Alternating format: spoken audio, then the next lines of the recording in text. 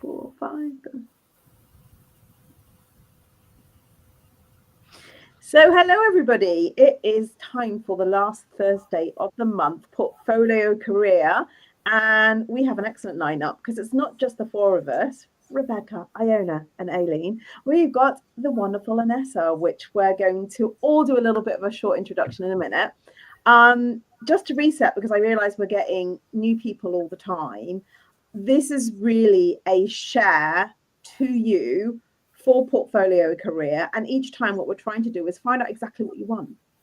And last time you told us it was how to source opportunities. So rather than retain all of that information for ourselves in a hugely challenging world at the moment, we want to share that to make other people's lives easier if they want to take this route. The reason why I'm really excited is, well, Anessa, you describe this as maybe cocktails. How we usually describe it is as if we're around a dinner table together, or if you're with your best friend, how would you help them? And maybe we start with a little bit of introduction. I have your book here, Anessa, which the revolution of work. I don't know if I can say FUCK. I'm not too sure. FUCK, the patriarchy. My mum would call me potty mouth, but I'm so Helen Mirren, I believe that we need to say that. But do you want to start with you and a little bit of a intro, and then we go into the Absolutely. Yes, and thank you for having me on. It is, I'm on the West Coast of the US, and so I hope everyone is having a good day, a good morning, wherever you are in the world. I hope it is good for you today. And I have, I've been in human resources and people and talent and culture for longer than 15 years. And I've done fractional people leadership for the last almost 12. And so when I started out in fractional people leadership, there was no one else doing what I was doing in the fractional space on that side in that industry. And since then, I have actually worked with more than 130 organizations in 33 countries around the world, including some that you probably have on your phone, including some that some of you probably listen to on podcasts, etc. And I have seen quite a lot and decided that, you know what, there are some trends happening over, 130 plus orgs. So I probably should write a book about some of the trends that I'm seeing, because I bet I am not the only one seeing these things. And that's where the book came from. Yeah. So just to say, this is going to be like the wisdom that we have today, and we're all coming from different angles. But wow, what I would say bench strength, in terms of that, or wisdom to pull on.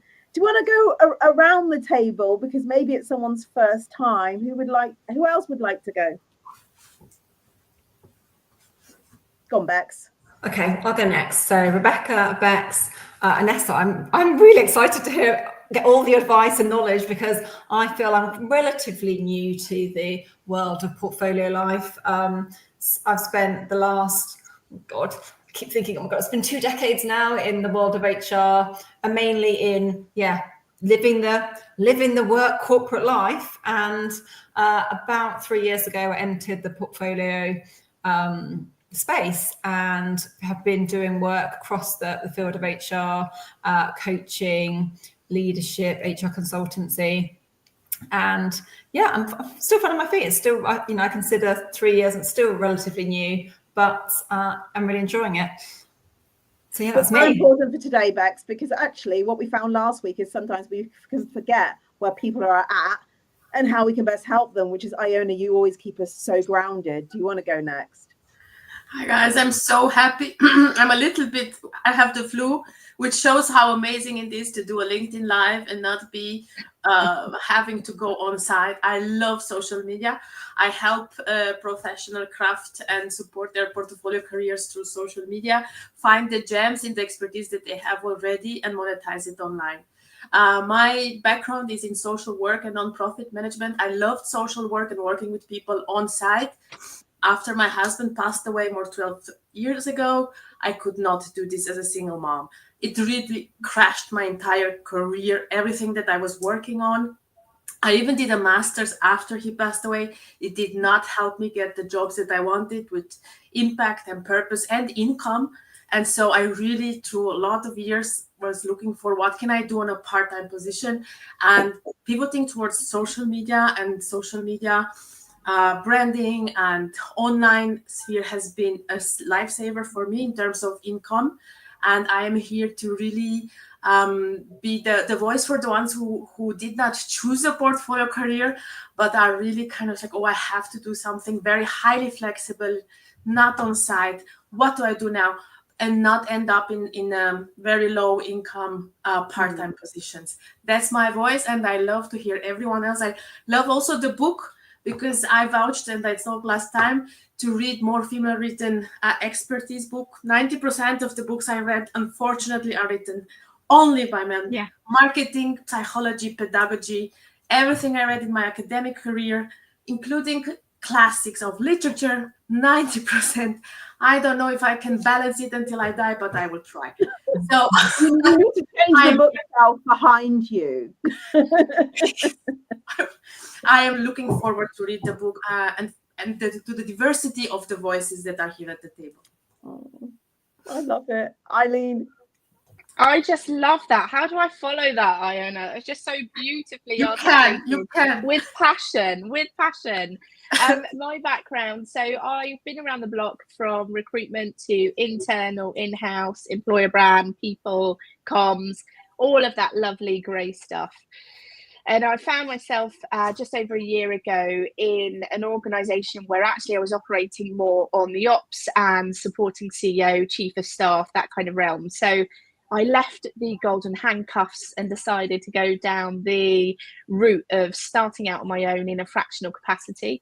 So I work with smaller businesses really to look at operations and strategic alignment. So whether that means people, whether that means OKRs, whether that means special projects, there's a plethora of things as long as my arm that you end up picking up. So if you want to call me the janitor, that's absolutely fine. But the main seasoned offering, for want of a better phrase, is just making sure that we connect that vision and mission strategy to execution and the steps that go in between. And 9 times out of 10, it's communications and people that are the bulk of making that happen. So that's where I get excited and I get my teeth into helping businesses to really grow, but sustainably. Wow. Okay, so I feel honoured also to be among all of you. Mine was about 9-10 years ago in starting board roles, and I think it's really gravitated towards what I was always supposed to do and the way my head works, which is very like, love the strategy, but love the execution of the detail as well. And originally from HR, moved into tech, so transformation technology, operating models. And we'll go into a little bit of kind of where that fractional starts. So start what you're known for, but I've managed to actually grow that, I think, from people through to technology, through to AI governance. But I don't want to take up too much more time because I really want to get into the meat and bones.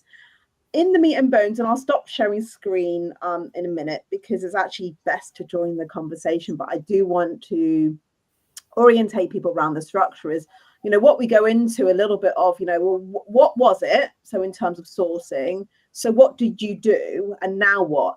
We might slightly flip because I think we've probably got so many things that worked, but this is the general structure that we have to remind our people on the call.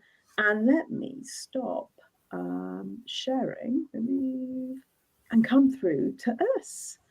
So when we think about opportunities, what is it that we did to really create the opportunities to actually have some bread and butter on the table? Because at the end of the day, we don't want to work for free. And as Iona was saying, and as all of us were saying, whether we landed in it with not wanting to be in it, or we wanted to go into it with an intent, we need to put a roof over our heads and pay for that bread, eggs, the price of eggs at the moment. Who would like to go first or share? I will go first because I've read something about coming back to office. It's a huge trend back to office with mandates and so on. And some experts were saying that if you stay at home or you work remote, you lose opportunities just because you are not in the room where it happens. So proximity, We are now in a virtual room, that's a solution, but proximity to people with networks, money to give, and jobs to give is definitely one of the ways to find your next spot. The thing is that if you are not in those rooms for whatever reason, there is a plethora of reasons that you are not in the right room and you are not close.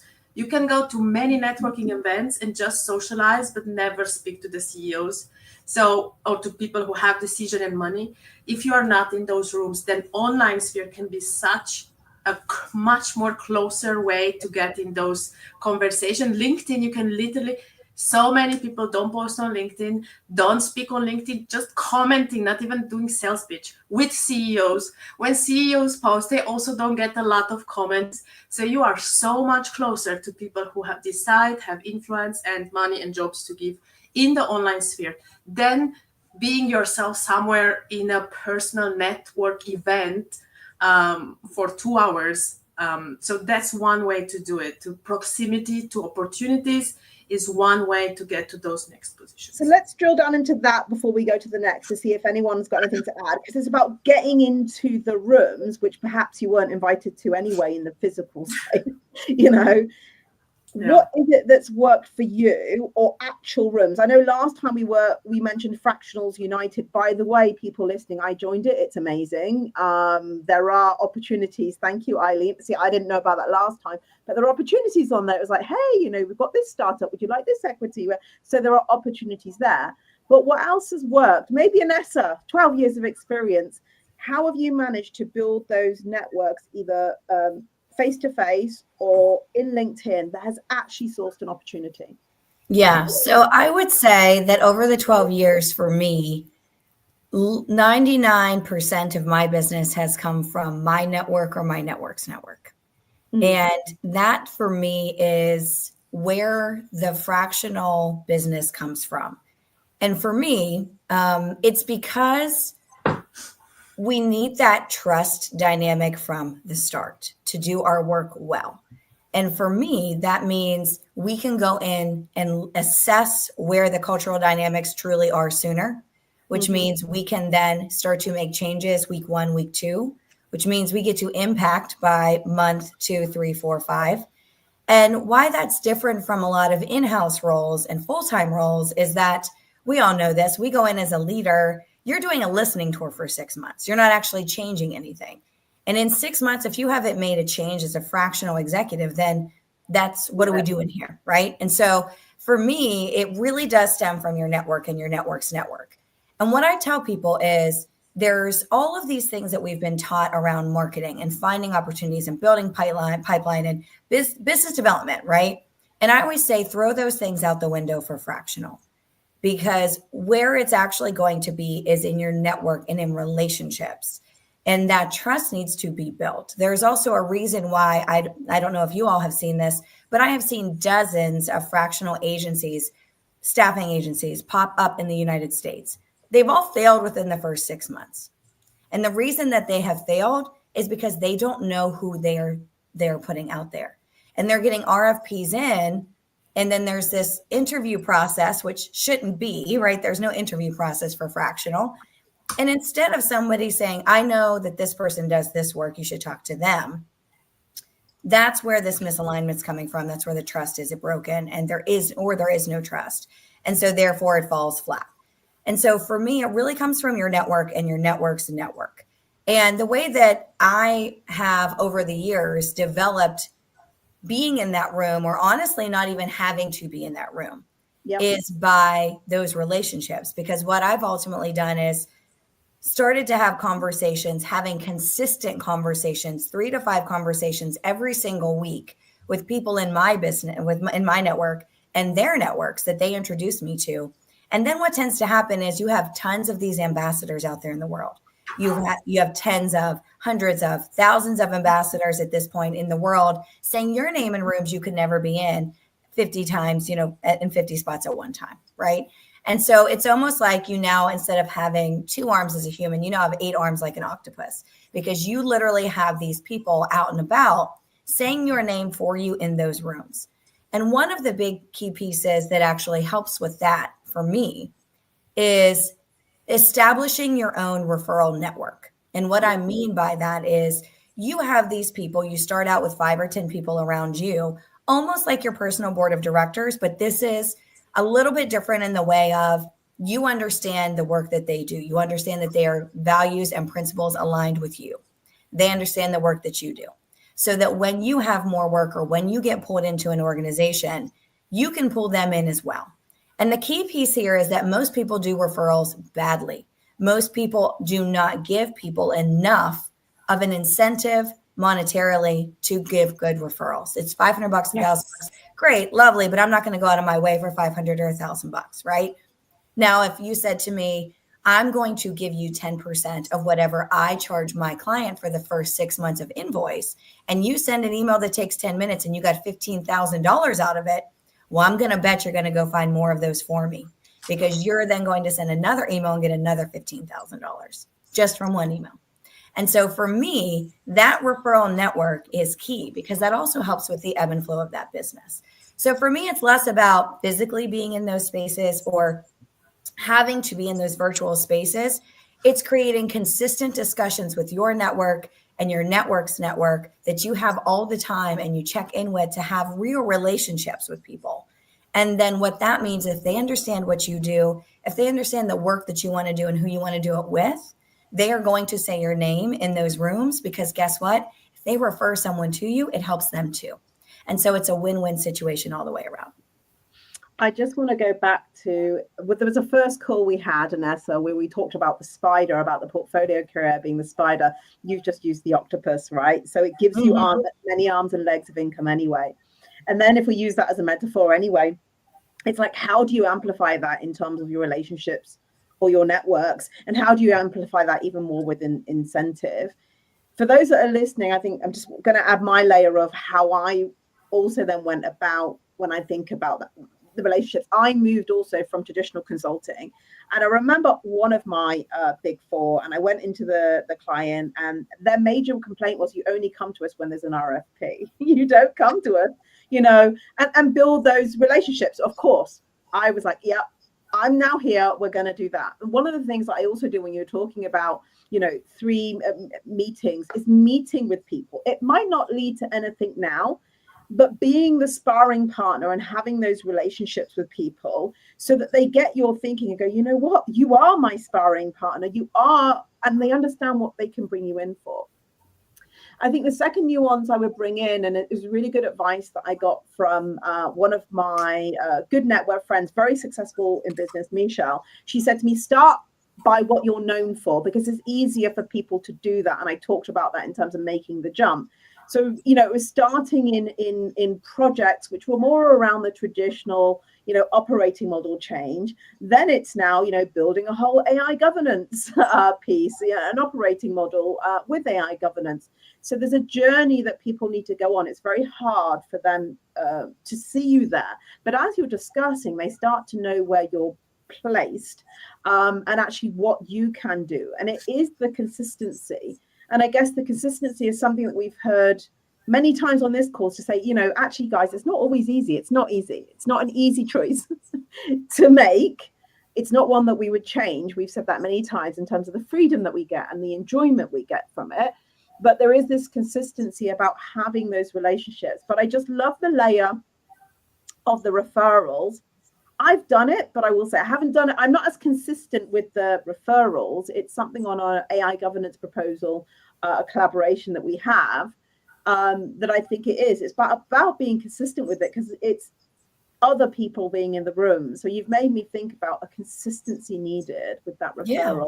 And what's funny about that too is that, like, I include different people in my referral network too. So if you think about, for instance, I coach a lot of fractional execs. It's not only in HR and people. I coach fractional CMOs, fractional COOs, fractional CFOs.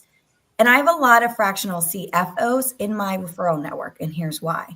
When you think about a business, when they're thinking about bringing in HR, sometimes for the first time, it's also around the time that they think about bringing in finance at the same time. And so if they're in first, they'll pull me in. If I'm in first, I'll pull them in. Similar to when I coach fractional CMOs, I typically say an organization is going to start to look for a CMO when they're about 500 employees, maybe a little higher than that. That's also around the time that if they don't have a COO yet, they're also going to be looking for a COO. So again, those CMOs, those COOs should have vice versa in their referral network. So using our understanding of business and how that works to say, what else do I need in my referral network? Because they're going to be thinking about HR people at the same time, at this phase, at this maturity of business, as they will be looking for these other things. And that's a great way to kind of get that ebb and flow as well. Now, one thing before, I mean, Eileen, actually, you're looking like you want to say something. Let me coach. Yeah, I think it's like the mention of that network, right? It's the ecosystem. And I think it's almost, if you're with a client or you're having that conversation and your foot's in the door and there's this appetite for more, you need that ability to say, right, Avengers assemble. What does that look like? And I think it's once you've got, and if you're getting a kickback out of it, great, either, the more the merrier. But I think it's interesting that you said the 10%, because I was speaking to a couple of individuals I've worked with in the past in the corporate and perm world that have done the same and gone fractional. And that was exactly what I said. I said, look, I delivered a almost like a top of funnel, you could call it, session for some of their clients in a group. And I said, if anything comes off the back of it, I'm happy to give you 10% of the longevity. So it wasn't even 6 months. My thought process was longevity. But you then add that 10% up. A, it incentivizes them. But B, it's less than you would spend on advertising, marketing, content creation, all of those things that I think in this day and age we're led to believe is the starting point or the be all and end all, when I actually think that they're nice to haves. Creating that content, being that person to go to, yes, it's nice as a support function, but we mentioned it last time we were on this call, it's that third degree separation behavior of what does your immediate network look like? What does that ring around that look like? And then what does, your first, your second, your third tier connections? And how do you then use your octopus or your spider legs to penetrate that? And I think it's, as long as you can get that nailed and you understand that. I think when I first went fractional 10 or so months ago, that was my first point of call. I'd reached out to people that I hadn't spoken to pre-COVID. I was like, hey, what happened to that black hole? Let's have this conversation. This is what I'm doing now. Do you know of anything? Can you keep me top of mind? And I think it's really igniting that as a natural networking behavior rather than this cold standing start of business development that you're led to believe you need to do.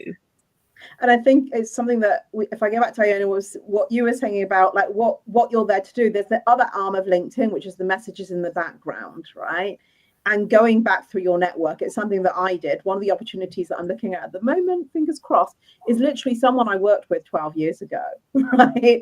And so it's like going back through that they really understand and what you're doing from a relationship point of view. So if people are thinking, so where the hell do I even start? Actually, what we're saying is look at your first, second, third degrees network and go through those. What I've picked up on, though, because it's quite interesting, Inessa, is I think a lot of the opportunities which might be more braver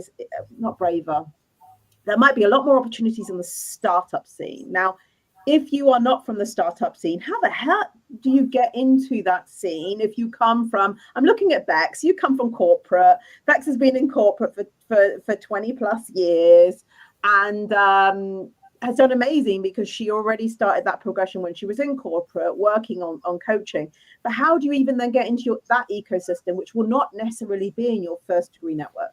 Yes, no, that's a great question. And I should say too that, while I would say about probably about 60% of who I've worked with has been in tech, I've actually worked in every industry except for oil and gas. And so, manufacturing, retail, food, CPG, like all of it, I've kind of seen it all across the world except for oil and gas. And so one of the things that how you break into that is really thinking about, number one, making sure that you understand what the work is that you want to do.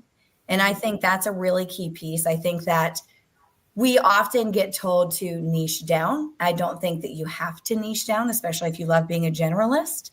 I think that people have told us to niche down for far too long, and then they're realizing, oh, actually, we've made this circle really too tight for ourselves. And by the way, you're like, yes. right. And by the way, we realize that when we see other humans niche down, we realize we don't like that they're not nuanced because we know it's not authentic. And so I always say, lean into your authenticity piece first. But the way that I kind of think about how do you do this is a lot of people tend to think about how do I bring those clients to me? Okay, how do I bring the tech startups to me? But realistically, what we should be doing is where are the people I want to speak to? What are their routines and what are they doing? And so instead of saying, bringing that to me, bringing that to my door, what I always tell people is think about their routines, think about where you can be in front of them in their day, because it's going to seem more organic and more serendipitous.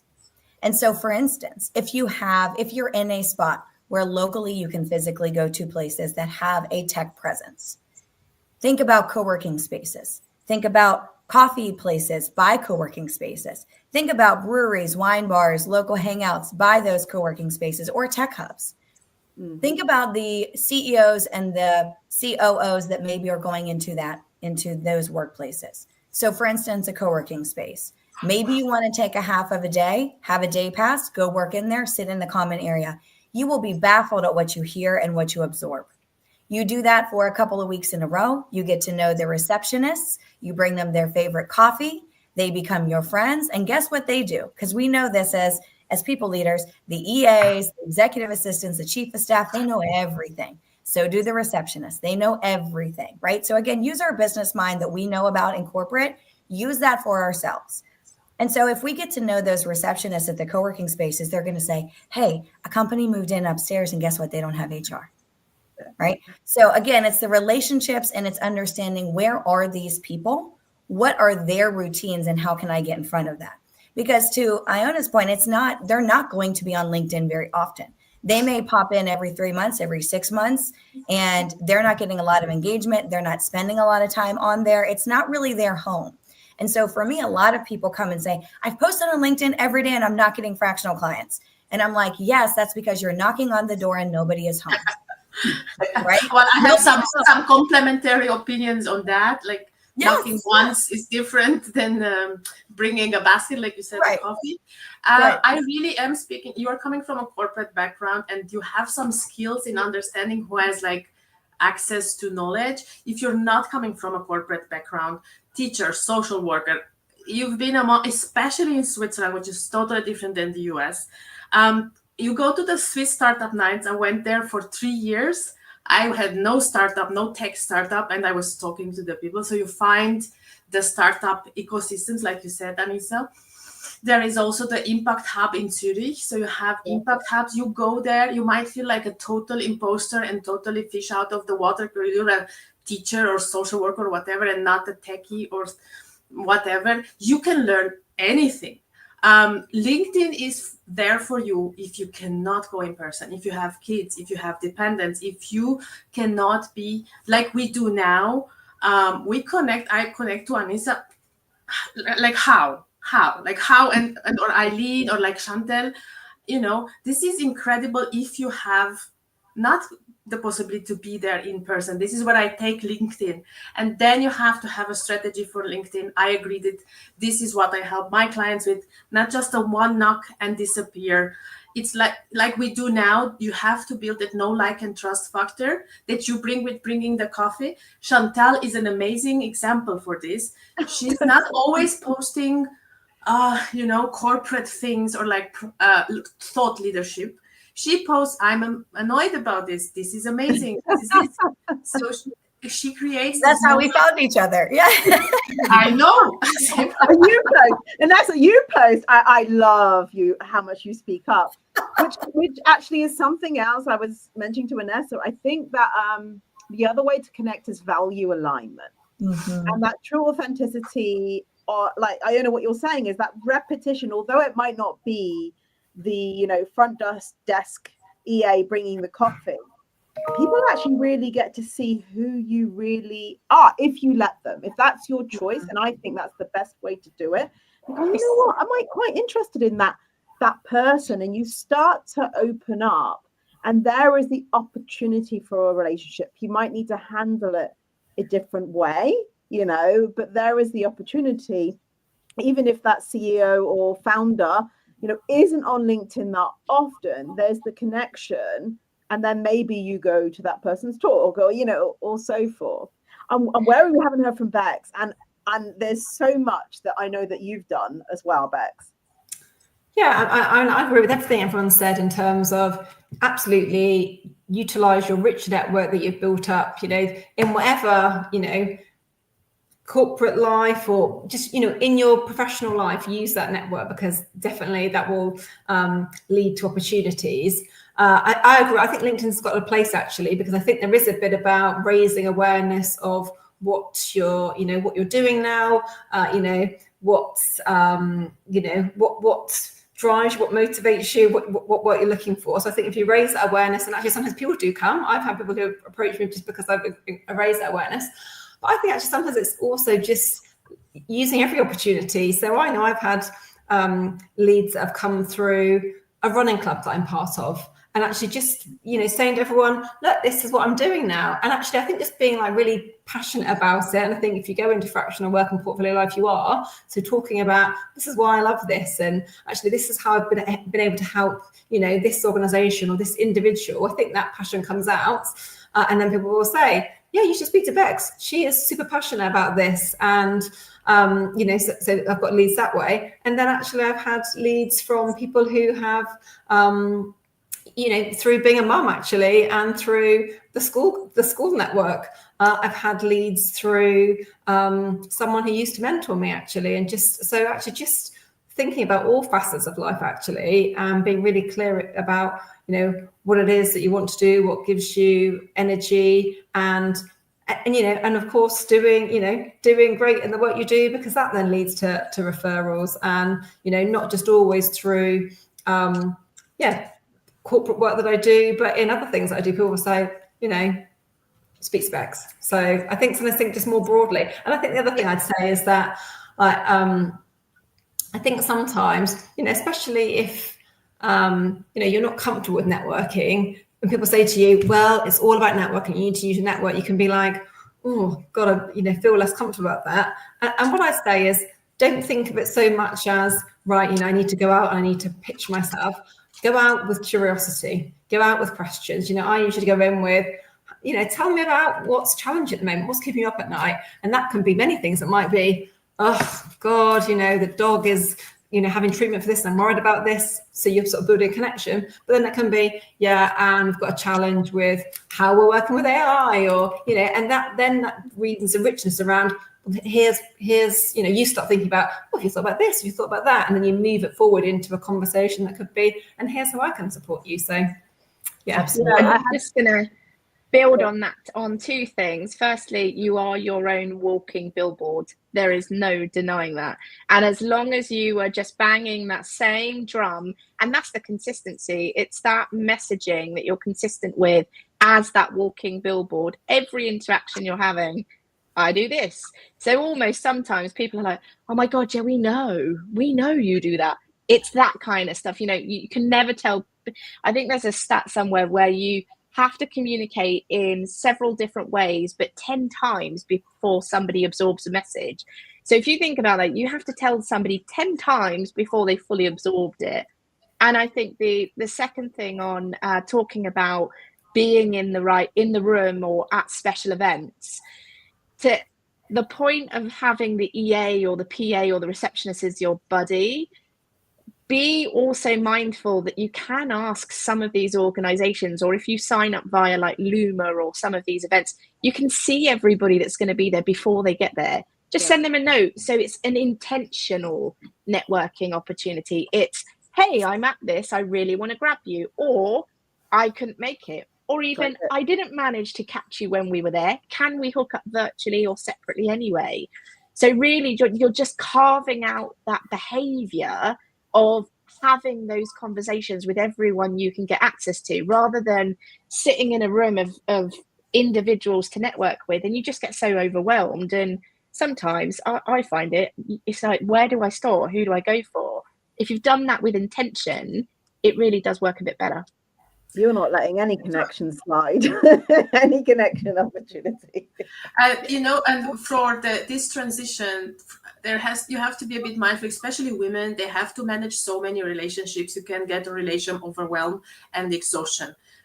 So there is data around how many relationships we manage daily on a daily basis without kids. So also women without kids, they have so many projects and doing so much for the community. So you can get in kind of like a relationship burnout. So to what Eileen said, the intentional part is say, I want to have this position, I want to have fundraising, I want to have sponsoring, I want to have this money, this next career move. Who can get me there? And how can I do a pitch that is conciser than I'm starting from Adam and Eva? This is very hard for me too, because I feel like everything I did brought me today here, but it has to be a concise pitch. Hi, I'm this and I help this. Do you know anyone who's searching at the moment? Are you searching? And you have to be a little bit less socializing if you want to become more intentional around strategically building portfolio and so on. Socializing can be like a pit of, this is why I stay away from Facebook groups. Can be a bit, they're for me, they're my kryptonite. They can be a bit of a pit. You can like, whoa, what did we talk about now? And I connected to 50 people. So the strategic part, if you want to use it for your portfolio career, is like Eileen said, who are the people that I want to connect with? What's my pitch? And you can refine that. Some people can be constrained by having a consistent message because they feel like they change and so on. The consistent part is your vision of your, what you want to achieve. That's the consistent part. Someone said, write your goals in cement, but the way to get there in sand, kind of like that. So your vision, I want to make an impact. I want to have these opportunities, but how I get there, I'm going to be flexible around it. And like always, I repeat this, LinkedIn is there for you, or social media platforms, when you cannot be personally in the room, which if you can, I would always recommend a bipolar, like a two-stand approach. Do in person and online for everyone. That's like the golden part. If you can go in person and like Eileen said, from there, pick the part online, have the Zoom calls, it's the best. If you can't, then do not give up and be impressed, or especially LinkedIn can trigger so much perfectionism and imposter syndrome. You don't have to start on LinkedIn with, like Chantel also said, reach out, let's have conversation. I'm looking to transition. Many people won't respond, maybe 2%, but those 2% can make the difference in the impact. There's one thing, and then I want to go on to what you were talking about, the in-person. Sometimes, and maybe it's the sand, is also what happens with my opportunities is people like the way that I question and think. So it can be like, what's the elephant in the room that when you're not thinking about or talking about right now? So it kind of goes, but back to what Bex was saying about curiosity and questioning, that they don't have the person or the people in the organization which are really making them see their blind spot. So I just kind of wanted to add that. But then we talked about, then when you're talking about face-to-face, what came up to me is the other way I get opportunities is the speaking that I do. And I guess, Anessa, you've got the book. Eileen, you've been doing some fantastic events, and I think you've got your next one in Amsterdam. Bex, I know that you're going out to different locations as well, but it's like the speaking opportunities, the conferences, like the things that you're doing. I will say, the best advice came to me from a lady called Emma Day, and I was like, how are you getting all of that? She's like, I'm speaking. And it was actually, if you can get into speaking at events, however small that you start, being on panels, you might even find a lot of the startup community there or different people. It's sharpening your expertise or point of view, and they're hearing it from you. And if it's not speaking, the one thing I'm doing at the moment is I'm writing a white paper after divorce, which is like, how do people see what you do? So some medium, I would say, if you can invest your time and choose a medium which brings across what you're doing, I would say that adds more opportunities. You're all nodding, or does anyone want to add anything to that one?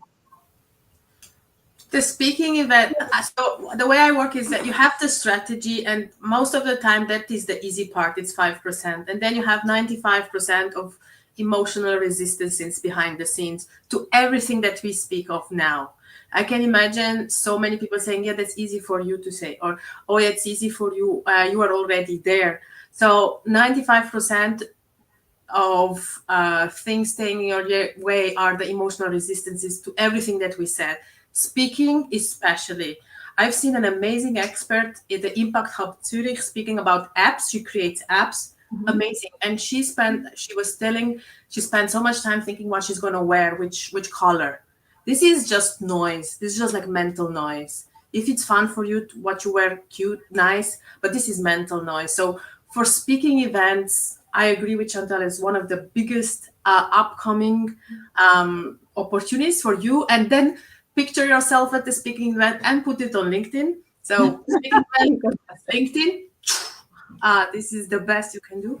And if you see that it's not about what you know already everything that we say, you're like, yeah, I know this, but you don't do it, then it's the emotional part behind it. It's something keeping you back.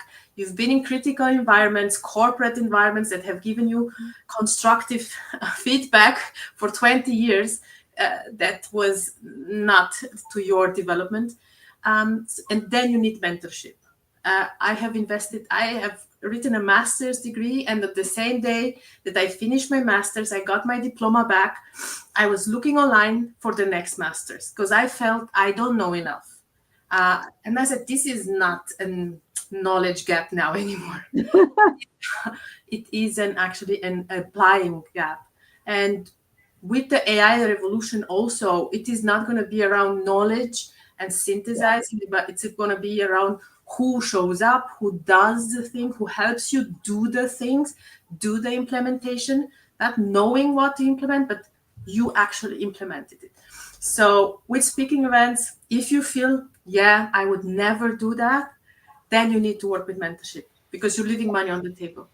Yeah. I'd love to add on that too. I think when you do speaking events, I think that there's a lot of people that get sort of a little bit overwhelmed with the slides, right? And so I always say it's a lot easier when you're entering into the speaking world to do panels. Quite frankly, I prefer to do panels because I don't want to have to prep before. I don't want to have to do slides. And so I'm just like, let me do a panel. And I think more authenticity comes out of a panel. But if you're able to do a keynote or you're on a panel, I think having stories in your back pocket help, right? Because we learn as humans through storytelling. We learn and we connect with other humans through storytelling.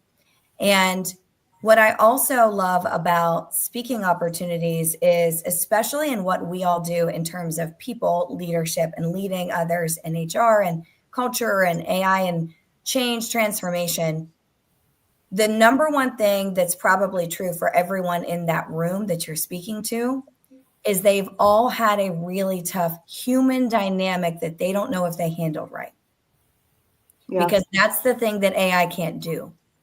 AI can't do nuanced, complicated human dynamics. So lean into stories that talk about how you do that. Because if you ask any leader what's the hardest part of their job, it's not strategy, it's not operations, it's the people, the nuances, the hard conversations. That's what they all need help with. So if you can talk about a story where you have helped with a nuanced, complicated human dynamic, you're going to draw people in from that. And let's be honest, this is where mothers would have such an expertise, but they don't put it on LinkedIn. You are absolutely right. I know, you're like, I am managing exactly like Anissa said, under, different needs at the same time, legitimate needs under, sensory input at 8:00 in the evening after 12 hours. This is CEO of a 500 Fortune company skill set. This is also what I support a lot of women at midlife, to highlight the expertise from their family core skills that they bring in. And these are one of them. I liked how you said it. I will remember it also. something again then flagged in my brain, because I think the other thing about growing opportunities is sharing your cases, not just necessarily in a panel, but when you're doing them, my commercials always say, and there will be a case study out of it, and things like that. Yeah. So it's sharing that to let people know what you've done. I think, Bex, you mentioned it as well, though, in regards to saying, well, I did this and this was the impact. So you're actually sharing it. I was going to say mündlich there. I don't know why my head went to German, Iona, but sharing it verbally. So it for me is like really important to do that piece of how to grow opportunities. It's from other opportunities. And the other place my brain went to is when you're connecting with people around opportunities, you could connect with them around speaking and panels. So I've been asked to do a panel, and I'm going to be across in the UK again, May the 8th. And then they approached me, and I was like, yeah, well, I know some other people they have a whole series of panels. And I think that's part of the taking other people in that didn't necessarily speak before. I've got someone in my AI governance space who has never spoken before, so it's a panel, who wants to, and I want to grow her, in terms of who am I without a job title, because she's entering that. And then there was another person. I think it's just cognizant of who else you can take in, and for me that there's not necessarily. They're paying for like flights, and they donate to charity because this is for a business school. And that's why I love your post. Let's pay our speakers. But that's not necessarily about money, but this is about who else can I bring forward? Because one thing that panels and keynotes lack is diversity. So I'm always looking at, well, you're asking me, but who else can I bring? Is the other piece about how do we grow that? And then that just replicates, your thought of or your ask for opportunities. Has that spurred any thinking in anyone else?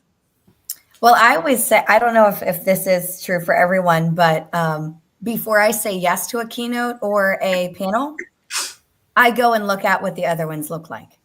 And so if there's not enough diversity in play, I will say, sure, I will speak if you blah, blah, blah, blah, blah.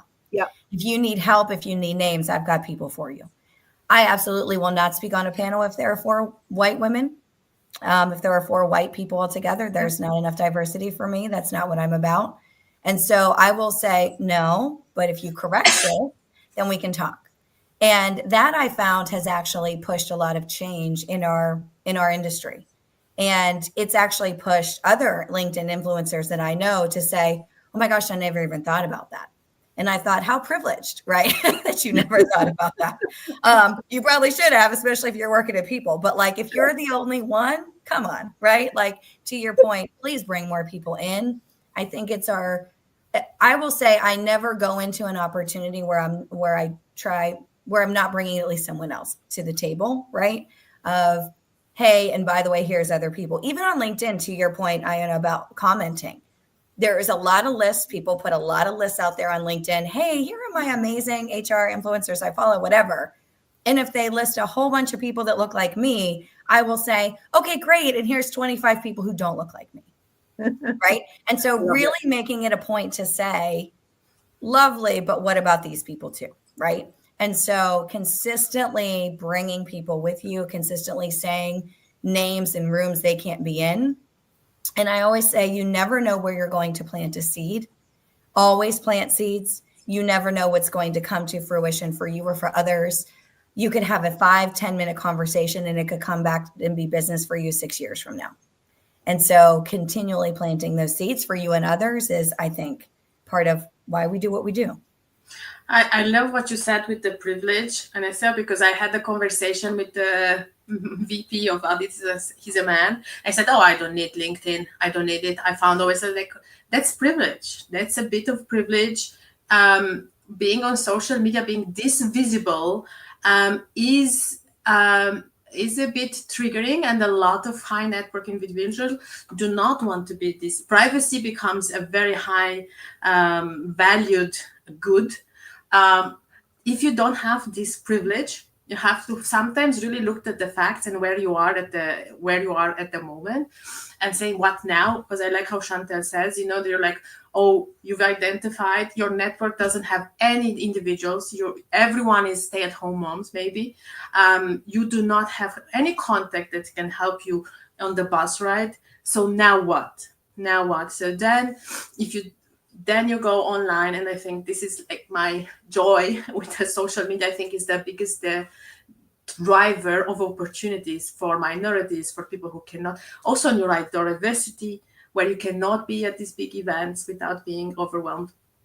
And I love working with Chantel. But also, there's in the startup industry a lot of full male panels for sure. And that's a big advice that I say: if you take the advice for someone who looks as close as possible as you. So if you're a single mom, do not ask a man what he did to become the CEO of the family, of this company. You can learn maybe a little bit, maybe the knowledge part, but not all the behind of it. If you are someone who is the breadwinner of the family, ask someone who is the breadwinner of the family how she did it over 10 years, 15 years. If you want to ask someone who transitioned from totally different industry, from HR to AI, for example, then ask someone who did that. So look very carefully where you take your advice and who you take on your board, because the advice might not match where you are right there. And there you need the diversity on your board also. You have someone close, you have someone far away. You need the board diversity too in your advice on your journey. We mentioned board a couple of times. I think we all have personal boards. That is the other nugget. However, on my personal board, I would say Bex is on my personal, and we were speaking on Sunday, Bex. Like for me, sometimes you become so focused because you've been doing something for so long that I like to have people that are fresh or new voices on panels I like to have like the newer voices in there as well, because it gets me thinking like, oh yeah, I haven't thought about that for a while. So I think that freshness comes in many forms, but it is about what's my blind spots, what am I missing, what am I not seeing, what's my biggest elephant in the room, and it's like it's just that level of self-awareness to create that experience that for me is what I need, which I guess for big opportunities. I think you said this at some point. I don't know who I mentioned it. Yes, pay the speakers. So you can start with unpaid events. They feel less triggering, because it's for free. But be mindful that you can get stuck in voluntary work and internship mindset and for free, especially also women who give so much for free. Start asking, I'm looking for a paid opportunity. I'm looking for a paid internship. And slowly, gradually, really find the network that also shares those information, the paid one, and talks about the money and talks about sponsoring, fundraising, and all the money. Also, important. Well, I've got a view that only charities and like business schools or things like that should be free. But if it's a company, it should be paid. That's my view. 100% agree. And so I would start there because they are, these things are needed. Like when they're doing that. The rest they must be able to pay, and we should have a session on that.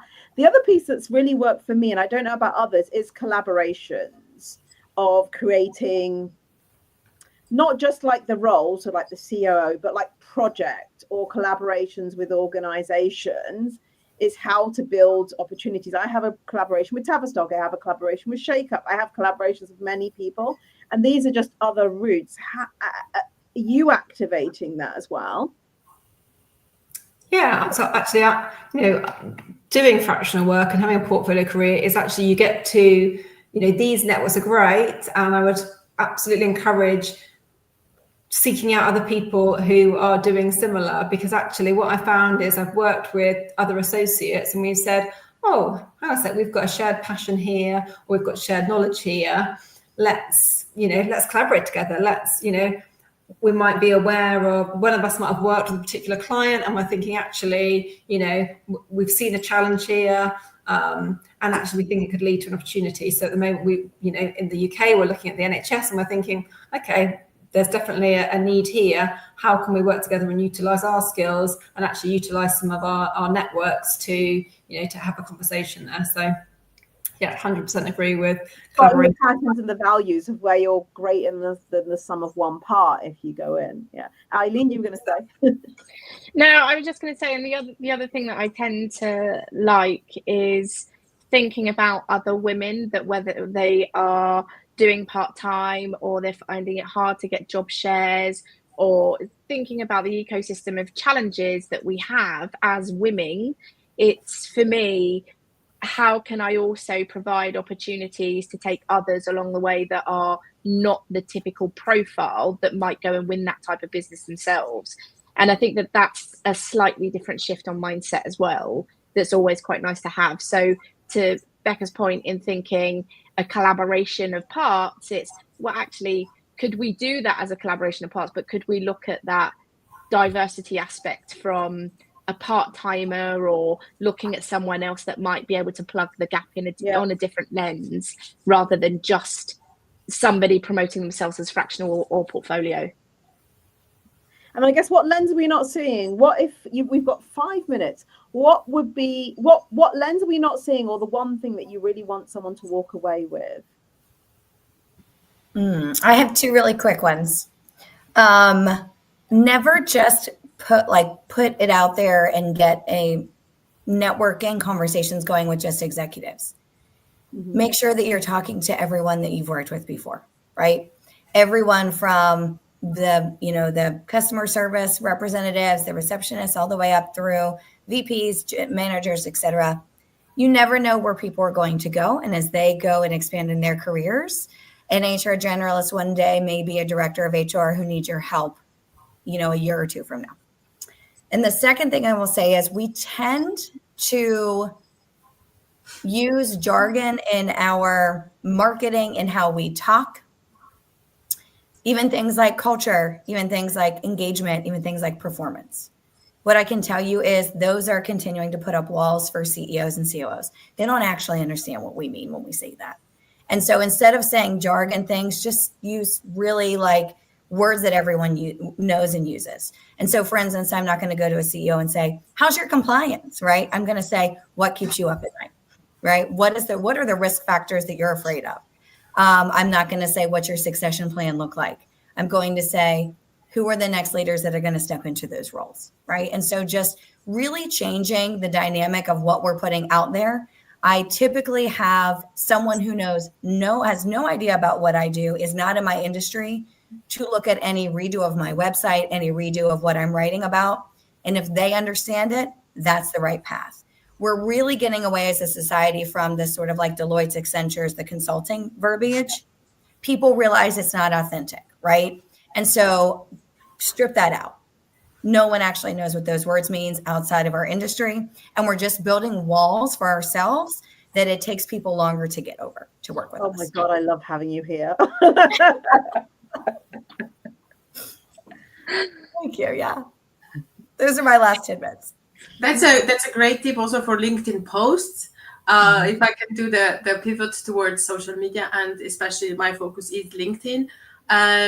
And what Anissa actually said is very smart in marketing terms, is looking for the pain point of the other person. I like to do both, to tell you what you're doing, but also the expert words for it, because a lot of women are doing expert work, but they don't name it. So I like to bridge it and say, you are doing this expert advisory role already right now with this simple tasks that you think are simple.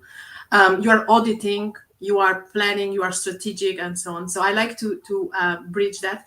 And I see the biggest opportunity for in the use really of AI for a lot of assistant technologies.